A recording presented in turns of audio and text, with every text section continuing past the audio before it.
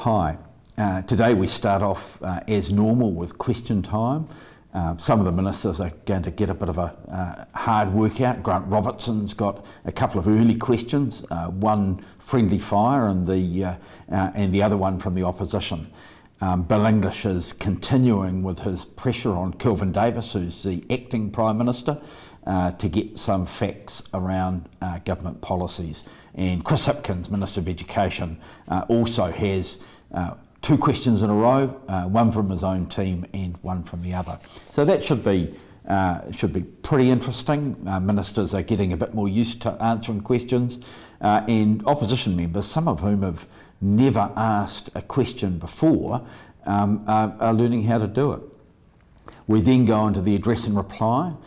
Grant Robertson has the first call, and I think that could be a bit exciting. I mean, Minister of Finance and the address and reply, first time up, as a first real speech as a Minister of the Crown, should be something to look forward to.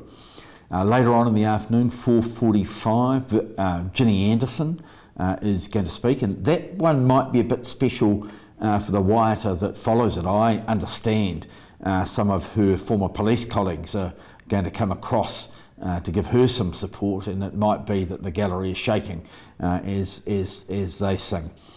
5 o'clock and 5:15, two new Green MPs, Chloe Swarbrick and Golriz Garaman, are going to speak. 5:30, Paul Eagle, and 5:45, Jamie Strange. So that rounds out the afternoon.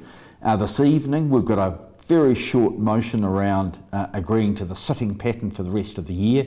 Essentially the government saying let's make next week a recess and then have 4 weeks of sitting following that leading up to Christmas, and then back into the committee dealing with parental leave and employment legislation and getting on to the Healthy Homes Bill. So a bit of a variety, sort of high level stuff, lovely maiden speeches, and then the nitty gritty of committee stages, and quite a bit of dissent likely this evening.